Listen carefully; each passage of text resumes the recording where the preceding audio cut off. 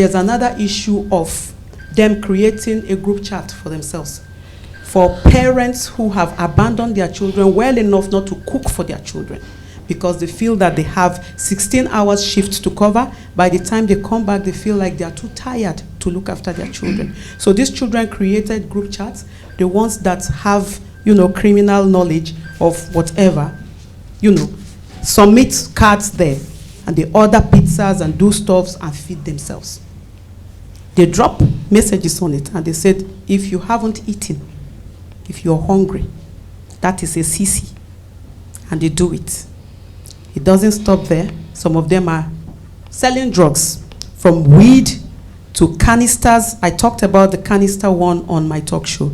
They do that, and at the end of it all, they start fighting over money. So most of the things you see, the fight you see is either gang, either because you beat up my friend who lives in Lucan. Because of course, if you hit a child who is in Lucan, the children from Lucan would fight back. They went on a school trip the other day, one boy got stabbed.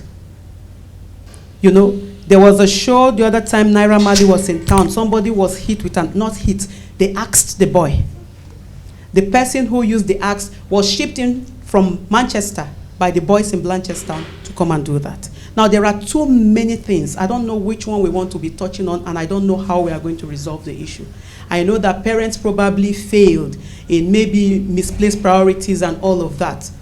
But how are we going to get ourselves out of this? Are we going to get up to the extent of London where a boy was killed and at his funeral, they came there at his funeral to stab his brother? Are we going to get to that extent? I don't know. Thank you very much. Thank you. When we talk about children not understanding parents, what is the problem? What are the causes? In as far as we have to be nice to the children, to our children, when we realize that what they are doing requires us to stand firm in order to stop those teenagers' behavior, what do?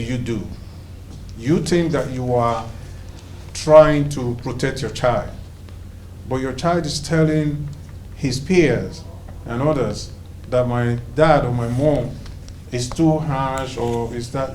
But at the end of the day, if you leave that child to satisfy his ego, whatever he wants to do, is that the way to go? Is he or she going to realize that, oh, I've been left to do whatever I want? So what I'm doing now, even if my parents allows me to do it, it is not good. I'm going to stop. Are they going to do that? I was once young too. I know that a lot of things that I didn't do was because sometimes I just feel that I don't want my parents to hear because I know their stand. And I was telling my wife the other day, I said, when we were growing up, we used to come home saying, my mom, oh, you are not understanding. Can't you see the other children? Their mom, when they do something, their mom hears it from their dad. You will go and tell dad. Is that how to be? My mom said, no, I will tell your dad. I will tell your dad. You see, when we grew up to a point to realize that most of these other children, they were not able to finish secondary school because they had too much freedom. They had too much that thing that they do that nobody will talk to them. They go out, they come back, they do this, they do that, they just do what they like. At the end of the day, you grow up to an extent now, you realize that, look, this my age mate, nothing is happening now. Why? Because they didn't have that authority at the point saying, no, you can't do this.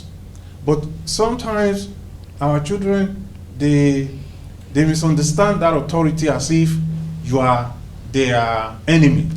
At that point, what do?